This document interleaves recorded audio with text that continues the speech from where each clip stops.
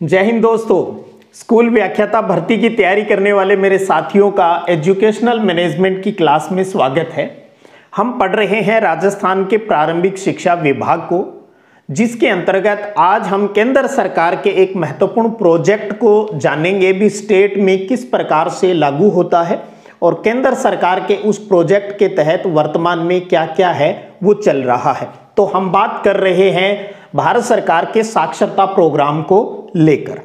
इस पर आधारित अगर आप पूर्व के प्रश्न पत्र देखेंगे तो आप देखेंगे 2015 वाली जो भर्ती हुई थी उसके अंदर भी इस लिटरेसी से संबंधित एक क्वेश्चन है वो आया था। अब देखिएगा, जब हम साक्षरता की बात करते हैं तो आपने सुना होगा हम बात करते हैं अडल्ट एजुकेशन की, यानी प्रौढ़ शिक्षा की, यानी 15 साल से अधिक जो असाक्षर लोग हैं उनको साक्षर करना, यानी देश के अंदर 100% लिटरेसी हो। इसके लिए स्कूल है, कॉलेज है, वो सब चल रहा है अपना, लेकिन जो वंचित रह जाते हैं स्कूल से उनके लिए ये कार्यक्रम चलाया जाता है। तो सबसे पहले तो आज की जो नई बात है वो मैं बता दूं। जो कार्यक्रम पहले अडल्ट एजुकेशन के नाम से चलते थे, अब इसके लिए जो शब्द यूज किया जाता है वो है सबके लिए शिक्षा, एजुकेशन फॉर ऑल। तो जो एडल्ट एजुकेशन था अब उसका नया नाम कर दिया है एजुकेशन फॉर ऑल, सबके लिए शिक्षा। प्रेजेंट टाइम की बात कर रहा हूं। लिटरेसी के जो भी कार्यक्रम चलते हैं या इनसे जुड़े हुए जो कार्यक्रम होते हैं उनके लिए हमारे राजस्थान के अंदर भी एक निदेशालय है जयपुर में, साक्षरता एवं सतत शिक्षा राजस्थान जयपुर के अंतर्गत। और इस केंद्र सरकार का जो प्रोजेक्ट होता है उसको लागू करने के लिए एक बॉडी बनाई जाती है जिसका नाम है सलमा। जैसे केंद्र में नलमा होता है, यहां हमारी सलमा है। सलमा फुल फॉर्म की बात करें, एस यानी स्टेट, एल यानी लिटरेसी, एम यानी मिशन, ए यानी अथॉरिटी, यानी state literacy mission authority. Full form भी आपको पता है, कई बार पूछ लेते हैं तो इसलिए हम यहां जिक्र कर रहे हैं। हिंदी में बात करें तो राज्य साक्षरता मिशन प्राधिकरण अथॉरिटी। तो समझिएगा, अब केंद्र सरकार का लिटरेसी को लेकर जो भी कार्यक्रम होता है वो हमारे निदेशालय और उसके साथ काम करने वाली उसके अंडर में जो सलमा जो बॉडी होती है ये मिलकर उसको लागू है वो करते हैं, इंप्लीमेंट करते हैं। अब इसके तहत अब से पहले जो पुराना कार्यक्रम जो चल रहा था पहले उसकी जानकारी प्राप्त कर लें, थोड़ी सी, ज्यादा टाइम खराब नहीं करेंगे। पहला है साक्षर भारत कार्यक्रम। अब आपको इतना जरूर पता होना चाहिए भी साक्षर भारत कार्यक्रम ये कब स्टार्ट हुआ और कब तक चला। तो बताना चाहूंगा 8 सितंबर अंतर्राष्ट्रीय साक्षरता दिवस है। 8 सितंबर 2009 को इस कार्यक्रम की घोषणा हुई थी और ये 31 मार्च 2018 से खत्म हो चुका है। तो 2009 से लेकर 2018 तक चला, वही साक्षरता 100% प्राप्त करनी है जो भी है, लेकिन फिर भी देखा गया भी ये अपने लक्ष्य को प्राप्त ये कार्यक्रम है वो नहीं कर पाया। तो भारत सरकार ने फैसला लिया भी इस कार्यक्रम को हम बंद कर रहे हैं। 2009 से चला, 18 में बंद कर दिया। अब आपको पता है ये जो कार्यक्रम चलता था इसके अंदर जो काम करने वाले जो लोग थे, जो स्वयं सेवक थे, जो प्रेरक थे, उन्हें कुछ मानदेय मिलता था। उन्होंने खूब आंदोलन भी किए, हमारा क्या होगा, वो इस उम्मीद से इस कार्यक्रम से जुड़े हुए थे भी शायद कभी कोई फायदा मिल जाए और जॉब में कोई बेनिफिट मिल जाए। ऐसा कुछ नहीं हुआ। साक्षर भारत कार्यक्रम 2018 में बंद हो गया। अब ये चला भी नया कार्यक्रम भी, हाँ चलाएंगे, कभी ये सुनने में आया था भी नहीं चलेगा, लेकिन आखिरकार घोषणा हो जाती है। अब यहां से विशेष ध्यान दीजिएगा। तो भारत सरकार एक नया कार्यक्रम लेकर आई लिटरेसी को लेकर, वो है पढ़ना लिखना अभियान। पढ़ना लिखना अभियान। तो साक्षर भारत कार्यक्रम बंद होने के बाद सरकार कौन सा नया कार्यक्रम लेकर आई? पढ़ना लिखना अभियान लेकर आई।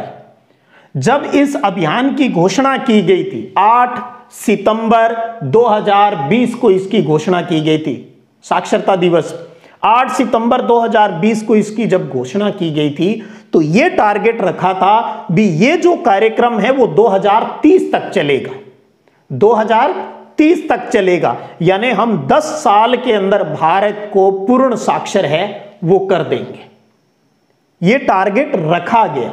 और राजस्थान की बात करूं, क्योंकि हम राजस्थान से जुड़े हैं, तो पढ़ना लिखना अभियान है, इसकी शुरुआत राजस्थान में कब हुई? तो आपको बताना चाहूंगा, अगर जरूरत पड़े कहीं, राजस्थान में ये 8 फरवरी 2021 को स्टार्ट हुआ था, इसका शुभारंभ राजस्थान में। ये ध्यान रख लीजिएगा थोड़ा सा। हालांकि आज की बात करें तो ये साहब भी फेल हो चुके हैं, ये कार्यक्रम 1 साल के अंदर ही दम तोड़ चुका है। कारण भी बताएंगे क्यों। पढ़ना लिखना अभियान 8 सितंबर 2020 को इसकी घोषणा हुई, 2030 का टारगेट रखा और राजस्थान में 8 फरवरी 2021 को इस कार्यक्रम का शुभारंभ होता है।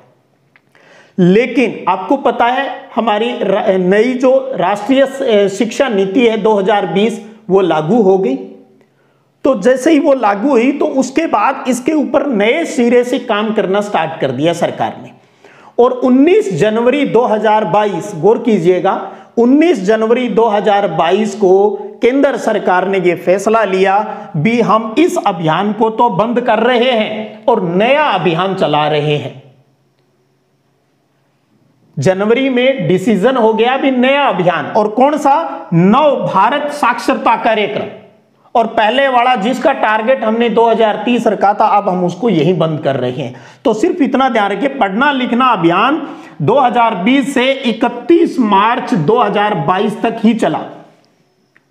31 मार्च 2022 तक। टारगेट कितना रखा था? पहले 30 का रखा था, लेकिन उससे पहले ही नया प्रोजेक्ट आ गया तो इसको बंद कर दिया गया। तो बस बेसिक ध्यान रखिए, पढ़ना लिखना अभियान 2020 से 31 मार्च 2022 तक चला। राजस्थान में इसका शुभारंभ 8 फरवरी 2021 को हुआ और नई पॉलिसी के तहत अब एक नया कार्यक्रम आ गया। इसके बारे में आपको जो मेन चीजें हैं वो ध्यान में रखनी है। और नया कार्यक्रम है नव भारत साक्षरता कार्यक्रम, NILP, new India literacy programme. New India literacy programme, इसका टारगेट कहां से कहां तक? ध्यान रखिएगा, 1 अप्रैल 2022 से, ये 31 मार्च को खत्म हो रहा है, 1 अप्रैल 2022 से 31 मार्च 2027 तक। अब तो सबसे पहले यही बात पता हो आपको, नव भारत साक्षरता कार्यक्रम कितने टाइम के लिए चलाया जा रहा है? अब 1 अप्रैल 2022 से 31 मार्च 2027, यानी 5 साल के लिए। 5 साल के लिए। महीनों की बात करें तो 12 पंजू 60, यानी 60 महीने का ये कार्यक्रम गवर्नमेंट है, केंद्र सरकार लेकर आई है, जो राजस्थान में भी सलमा और निदेशालय के माध्यम से स्टार्ट हो चुका है। 1 जून से इसकी विधिवत क्लासेस हैं वो भी स्टार्ट हो जाएगी। राजस्थान में भी ये लागू हो गया है। और इसके अंतर्गत जो टीचिंग लर्निंग मटेरियल चाहिए, ETLM जो चाहिए, इलेक्ट्रॉनिक टीचर लर्निंग जो मटेरियल है, यानी किस प्रकार से क्या पढ़ाना है, क्योंकि हर स्टेट की अपना अपना जो सिस्टम है, वहाँ के अकॉर्डिंग ही हम अगर सिलेबस तैयार करेंगे तो शायद उस चीज़ को, जो भी अभियान हम चलाते हैं, उसमें कामयाबी मिलेगी।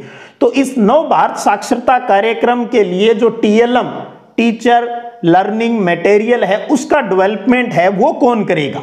वो करेगी SCERT, जो अपना उदयपुर के अंदर है। SCERT जो उदयपुर में है, उसके अंदर एक नया सेंटर बनाया गया है, SCL, राज्य साक्षरता केंद्र, स्टेट सेंटर ऑफ लिटरेसी। तो उसका काम रहेगा इसके लिए टीचिंग मटेरियल है वो तैयार करना, क्योंकि पढ़ाने वालों को बताएं तो सही भी आपको ये पढ़ाना है इस तरीके से। तो इस प्रकार का सारा काम, तो यानी सलमा की हेल्प कौन करेगा? SCERT उदयपुर के अंदर SCL का अलग से गठन कर दिया है, बजट है वो भी उसको दे दिया गया भी, ठीक है आप अपना ऑफिस बनाओ और ये लिटरेसी का अगले 5 साल के लिए यहाँ पर आपको काम है वो करना है।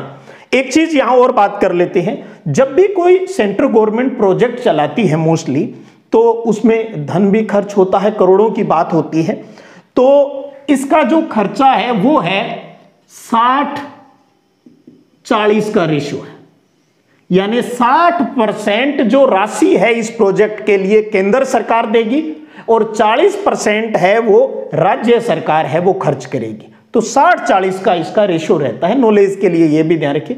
लेकिन इसमें भी एक बात है, जो अपने हिमालयी राज्य है, हिमाचल प्रदेश, उत्तराखंड, सिक्किम, और जो अपने उत्तर पूर्वी राज्य है, 7 सिस्टर, आसाम, अरुणाचल प्रदेश, मेघालय, वो जो हैं, इनके लिए केंद्र सरकार 90% राशि देती है और राज्य को केवल 10% ही खर्च करना होता है। लेकिन बाकी स्टेट्स के लिए जो रेशो रहता है, खर्च अनुपात जो है वो 60% और 40% का रहता है। ये आगे जाकर जब हम समग्र शिक्षा अभियान की बात करेंगे तो वहां पर भी यही सेम सिस्टम, सामान्य राज्यों के लिए 60-40% और हिमालय क्षेत्र और उत्तर पूर्वी जो राज्य हैं उनमें 90 और 10 का रहता है, यानी 90% राशि केंद्र सरकार देती है और 10% है वो स्टेट गवर्नमेंट को खर्च करना होता है। तो चलिए आगे बढ़ाते हैं। NILP नव भारत साक्षरता कार्यक्रम, जो कि 2022 से 27 तक 5 साल का टारगेट रखा है। भारत के अंदर अनुमान किया गया है कि 5 करोड़ लोग निरक्षर हैं और हर साल 1 करोड़ लोगों को साक्षर करने का टारगेट है वो भारत के अंदर रखा गया है। इसके तहत क्या किया गया है, 15 वर्ष या इससे अधिक, ध्यान दीजिए 15 साल वाला भी शामिल है, क्योंकि 14 साल वाला क्यों नहीं है, क्योंकि 14 वालों को तो हम अनिवार्य शिक्षा RTE लागू है, पढ़ाना ही पढ़ाना है। 15 साल या उससे अधिक आयु के जो असाक्षर व्यक्ति हैं उनको साक्षर करना, यही हमेशा का जो परिभाषा रही है लिटरेसी की। 15 साल और 15 साल से अधिक आयु के जो लोग हैं उनको साक्षर करना है, पढ़ाना है। और किन के माध्यम से, स्वयं सेवकों के माध्यम से, वॉलेंटियर्स के माध्यम से।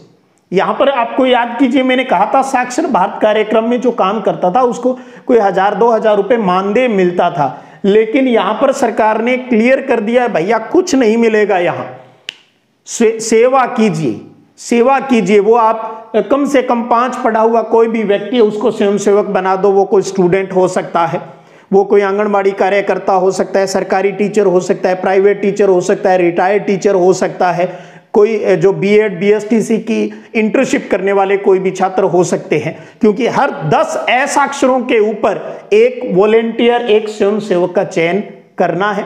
और इसके लिए कोई भी मानदेय नहीं दिया जाएगा और भविष्य में किसी प्रकार के स्थायीकरण की मांग ये नहीं करेंगे, ये भी लिखवा लिया जाएगा। तो अब राजस्थान में भी ये लागू हो गया है। तो आपको बताना चाहूं 1 जून के आसपास क्लासेस स्टार्ट होने का अनुमान है और इसके पहले चरण में इस पूरे नव भारत साक्षरता कार्यक्रम के अंतर्गत राजस्थान ने जो टारगेट रखा है एज ग्रुप का, वो रखा है 15 साल से 35 साल का। भी हम पहले चरण में 15 साल से 35 साल के जो असाक्षर जो लोग रह गए हैं उनको हम पहले साक्षर करेंगे। ये राजस्थान के संदर्भ की बात यहां बता रहा हूं। अब इस कार्यक्रम के अंतर्गत क्या क्या चीजें हैं वो करवाई जाएगी। तो सबसे पहले आता है बुनियादी साक्षरता और संख्यात्मक ज्ञान, अर्थात FLN, फुल फॉर्म है फाउंडेशनल लिटरेसी एंड न्यूमरेसी। तो ये आपको जो कार्यक्रम है 5 कार्यक्रम है और इनके अंदर कुछ और बातें हैं, ये आपको अच्छे से कवर करनी है। 2015 में जो मैंने कहा ना एक प्रश्न आया वो यहीं से आया था।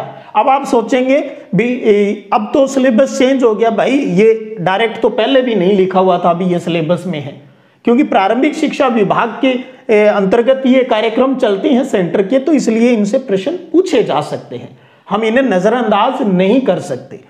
तो इसके अंतर्गत जो मेन भी इसके अंदर क्या करवाया जाएगा, तो बुनियादी साक्षरता और संख्यात्मक ज्ञान के ऊपर जोर रहेगा, जिसमें उस निरक्षर को पढ़ना लिखना सिखाया जाएगा और संख्या का ज्ञान दिया जाएगा। दैनिक जीवन में जोड़ घटाव गुणा भाग की जो उसको जरूरत होती है वो चीजें इस बुनियादी साक्षरता और संख्यात्मक यानी FLN के माध्यम से दी जाएगी, उसी की भाषा में दी जाएगी, उसी क्षेत्र के हिसाब से दी जाएगी। दूसरा जो प्रोग्राम है वो है व्यावसायिक कौशल विकास, यानी उसको पढ़ना लिखना संख्या ज्ञान के साथ साथ कुछ हाथ का हुनर भी सिखाया जाएगा, उसके हाथ के हुनर का विकास किया जाएगा ताकि स्थानीय क्षेत्रों के अंदर उसको रोजगार मिल सके। कुछ सीखने को मिलेगा तो आएंगे लोग, वरना कागजों में चलेगा सब कुछ। तीसरा आता है बेसिक शिक्षा, बेसिक शिक्षा जिसे हम पहले समतुल्य शिक्षा के नाम से भी जानते रहे हैं। बेसिक शिक्षा इसका मतलब आप उसको पढ़ा लिखा रहे हो, पढ़ाई के प्रति जिज्ञासा पैदा करते जा रहे हो, कौशल भी सिखा रहे हो तो भैया उसको कुछ मार्कशीट देने का काम भी कर दो। तो इसके 3 स्टेप हैं। जैसे आप पहले 3 से 5 तक की क्लासेस का चीजें करवा दें, इनके समकक्ष उनको परीक्षा लेकर प्रमाण पत्र दे दे। फिर धीरे धीरे 6 से 8, 6ठी 7वीं 8वीं तक का सिलेबस करवाकर उनके अकॉर्डिंग कोई परीक्षा लेकर ये कर दिया जाए। फिर धीरे धीरे कोशिश की जाए उन्हें स्कूल एजुकेशन के सिस्टम से जोड़ा जाए, क्योंकि उनकी एज हो सकता है ज्यादा हो तो वो स्कूल में तो एडमिशन लेंगे नहीं। तो इसके लिए जो ओपन स्कूल चलते हैं, NIOS है, चाहे राजस्थान स्टेट ओपन स्कूल है, उनके माध्यम से उनको 10वीं 12वीं बोर्ड की परीक्षा है वो भी करवा दी जाए। तो इनको पढ़ाकर एक परीक्षा ली जाए और किसी क्लास के समतुल्य उसको वो प्रमाण पत्र भी दे दिया जाए। तो यूं नहीं अभी 5वीं का प्रमाण पत्र दे दिया और उसको छोड़ दें। अब हमारा प्रयास रहेगा भी उसको सतत शिक्षा मिले, कंटिन्यूअस शिक्षा मिले, वो अपनी 5वीं 8वीं 12वीं करता जाए और उसके रुचि के अनुसार, चाहे साइंस में, कॉमर्स में, आर्ट्स में, टेक्नोलॉजी में, गेम्स में, किसी भी तरीके से उसको सतत रूप से आगे बढ़ाया जाए, यानी उसका भी ऑलराउंड डेवलपमेंट करने का प्रयास किया जाए, वो जीवन में खुश रह सके, अपना और अपने परिवार को अच्छे से संभाल सके। तो सतत शिक्षा जरूरी है। तो बुनियादी साक्षरता, व्यावसायिक कौशल, बेसिक शिक्षा, सतत शिक्षा, इन सब के साथ साथ जो इसका बहुत इंपॉर्टेंट पार्ट है वो है क्रिटिकल जीवन कौशल का ज्ञान भी उसको दिया जाए। जीवन के अंदर जब कोई नाजुक समय आ जाए, कोई अचानक कोई घटना घटित हो जाए तो वो उस चीज को हैंडल कर सके।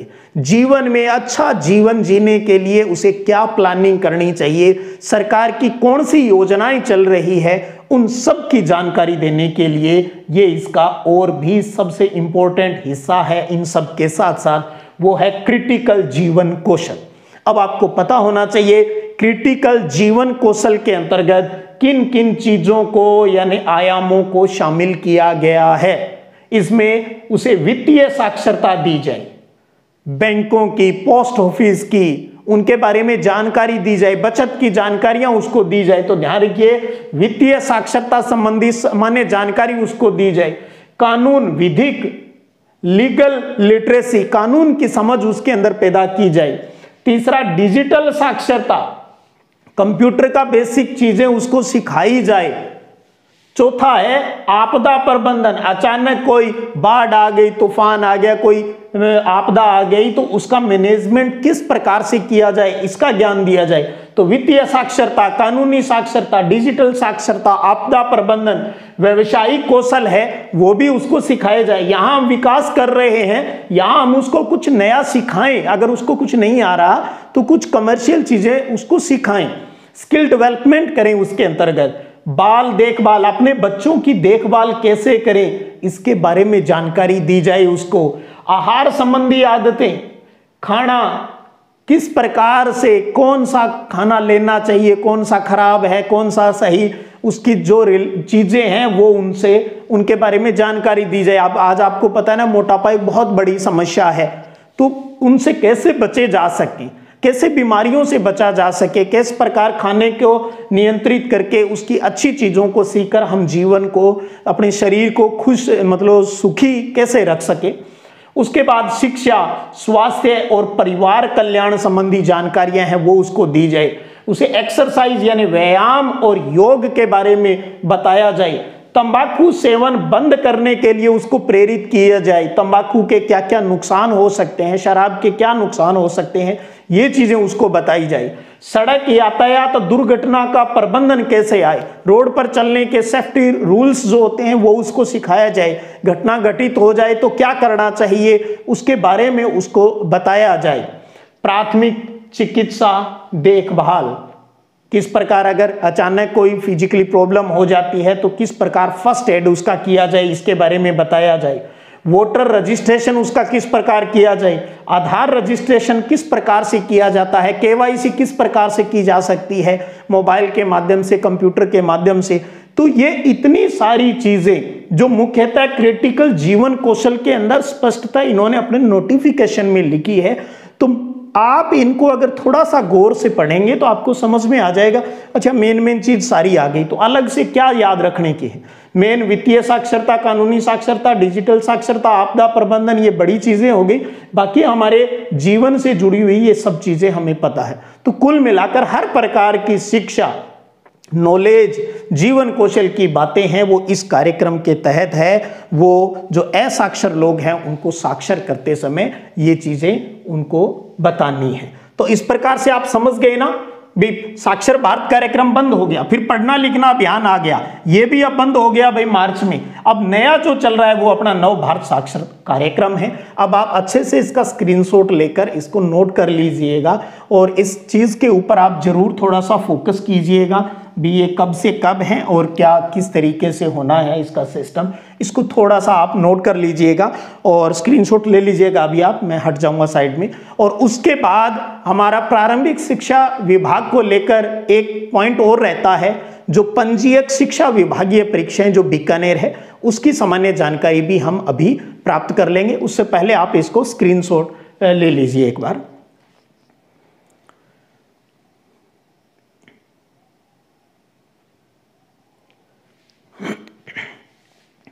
हो गया स्क्रीनशॉट? चलिए अब हम बात करेंगे आज का अपना अंतिम टॉपिक, और दोनों माध्यमिक शिक्षा विभाग हो चुका है, प्रारंभिक शिक्षा विभाग अपना आज कंप्लीट हो जाएगा। उसके बाद हम एक एक जो सिलेबस के अकॉर्डिंग जो हमारे जो बॉडीज हैं, जो कार्यक्रम हैं, उनके ऊपर बात है वो करेंगे। तो अब आप स्क्रीन पर देख पा रहे हो, आज अब हम पढ़ने जा रहे हैं पंजीयक, इंग्लिश में कहते हैं जिसको रजिस्ट्रार, और किसका? शिक्षा विभागीय परीक्षाएं जो बीकानेर के अंदर है।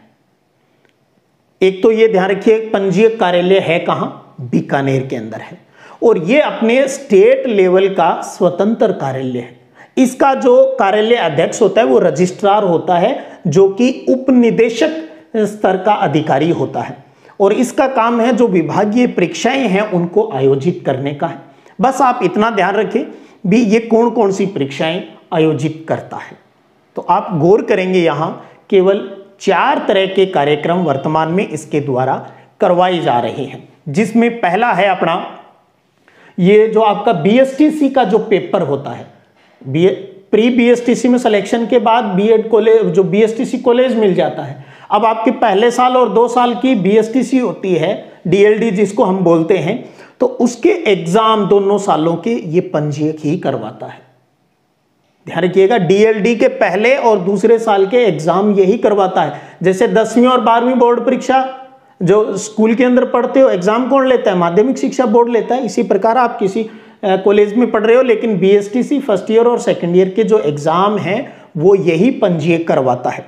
उसके बाद 2 संगीत से संबंधित परीक्षाएं हैं जो कुछ जगह चलती है, जिसमें एक है संगीत भूषण परीक्षा और दूसरी है संगीत प्रभाकर परीक्षा, जो कि कोटा और झालावाड़ के अंदर चलती है। संगीत भूषण परीक्षा ये आयोजित करता है, संगीत प्रभाकर परीक्षा ये आयोजित करवाता है, और उसके साथ साथ 5वीं बोर्ड परीक्षा और 8वीं बोर्ड परीक्षा का आयोजन वर्तमान में यही पंजीयक करता है। तो बस इतनी सी बात आपको पंजीयक शिक्षा विभागीय परीक्षाएं बीकानेर के बारे में आपको पता होनी चाहिए। भी इसका ऑफिस बीकानेर में है, स्वतंत्र है, और ये बीएसटीसी पहले और दूसरे साल का एग्जाम करवाता है, संगीत भूषण, संगीत प्रभाकर परीक्षा आयोजित करवाता है, और 5वीं और 8वीं बोर्ड परीक्षा में मूल्यांकन का कार्य है वो भी पंजीयक द्वारा किया जाता है। तो आप इसको नोट कर लीजिएगा इन चीजों को। तो ये थी आज की अपनी क्लास, जिसमें हमने अब प्रारंभिक शिक्षा विभाग को भी आज कंप्लीट कर लिया है। उम्मीद करता हूं आप सब जरूर लाभान्वित हो रहे होंगे। हम इस प्रकार से कंप्लीट कर लेंगे सिलेबस, हर चीज उस चीज को छुएंगे जो परीक्षा की दृष्टि से इंपॉर्टेंट है और अपने सिलेबस के अकॉर्डिंग है, प्रत्यक्ष या अप्रत्यक्ष। चलिएगा, फिर मिलेंगे अगले वीडियो सेशन में। तब तक जय हिंद, जय भारत।